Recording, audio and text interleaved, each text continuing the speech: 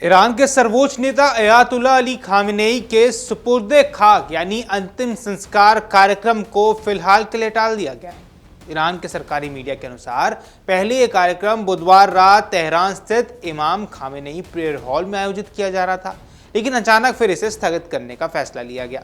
अब यहाँ अधिकारियों ने यह बताया है कि सुरक्षा कारणों और बड़ी संख्या में लोगों की भागीदारी को देखते हुए यह निर्णय लिया गया है। सरकारी सूत्रों के मुताबिक अब ईरान में पहले 3 दिन का सार्वजनिक श्रद्धांजलि कार्यक्रम आयोजित किया जाएगा।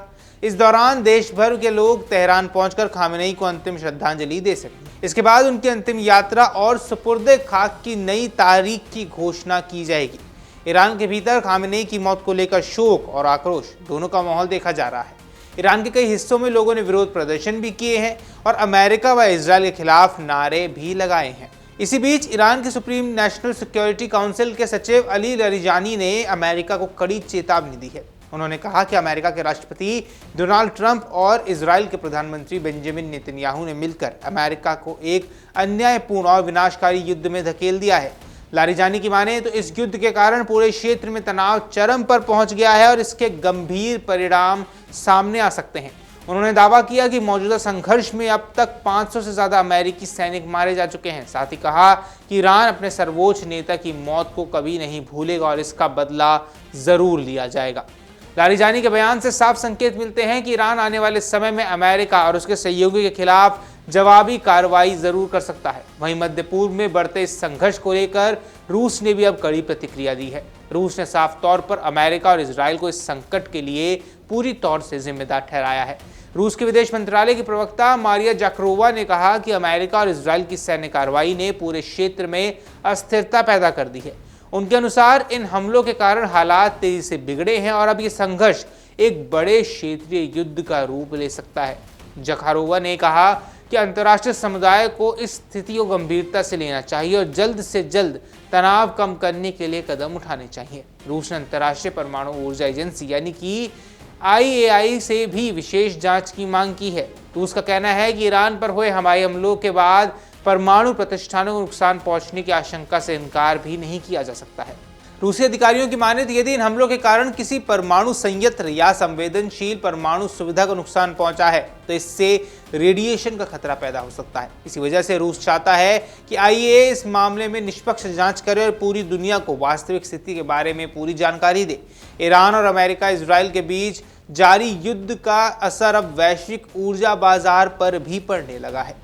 विशेषज्ञों का कहना है कि यदि ये संघर्ष लंबे समय तक चलता है तो तेल और गैस की आपूर्ति पर बड़ा असर पड़ सकता है। रिपोर्ट्स की माने तो कतर ने फिलहाल तरलीकृत प्राकृतिक गैस यानी कि LNG के उत्पादन पर रोक लगा दी है। वहीं सऊदी अरब की एक बड़ी तेल रिफाइनरी भी अस्थायी रूप से बंद कर दी गई है। इन घटनाओं के कारण अब अंतर्राष्ट्रीय ऊर्जा बाजार में चिंता बढ़ गई है। कई देशों को डर है कि यदि हालात और बिगड़ते हैं तो वैश्विक स्तर पर तेल और गैस की कीमतों में भारी उछाल भी आ सकता है। यूरोप के कई देशों ने इस स्थिति को लेकर आपात बैठक भी की है। यूरोपीय नेताओं ने कहा कि फिलहाल ऊर्जा आपूर्ति पर सीधा असर नहीं पड़ा है, लेकिन यदि ये युद्ध लंबा खिंचता है तो आने वाले समय में गंभीर आर्थिक संकट जरूर पैदा हो सकते हैं। इस पूरे घटनाक्रम के बीच भारत का नाम भी कुछ अफवाहों में सामने आया था। सोशल मीडिया और कुछ विदेशी रिपोर्ट्स में दावा किया जा रहा था कि अमेरिकी नौसेना ईरान पर हमले के लिए भारतीय बंदरगाहों का इस्तेमाल कर रही है।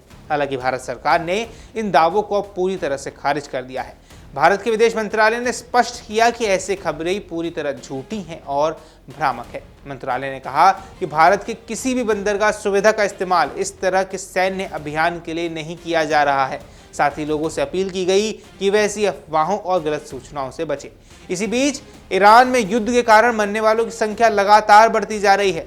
मीडिया रिपोर्ट्स के अनुसार अमेरिका और इजरायल के हमलों के बाद पिछले 5 दिनों में ईरान में मरने वालों की संख्या 1000 से ज्यादा हो गई है। इनमें बड़ी संख्या में आम नागरिक भी शामिल हैं और कई शहरों में भारी बमबारी और मिसाइल हमलों के कारण बड़े पैमाने पर नुकसान हुआ है। ईरान के कई अस्पतालों में घायलों का इलाज किया जा रहा है और राहत एजेंसियां लगातार लोगों की मदद करने में जुटी हुई हैं।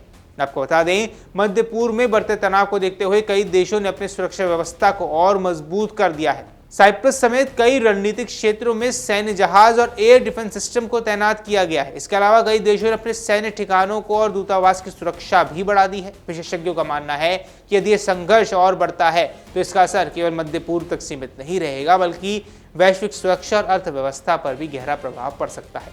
फिलहाल पूरी दुनिया की नज़र इस बात पर टिकी हुई है कि आने वाले दिनों में ये युद्ध किस दिशा में आगे जाता है और क्या कूटनीतिक प्रयासों के जरिए तनाव को कम किया जा सकेगा या नहीं। अगर आप ये वीडियो YouTube पर देख रहे हैं तो हमारे चैनल को सब्सक्राइब कर बेल आइकन दबाएं और Facebook पर देख रहे हैं तो हमारे पेज को लाइक करें।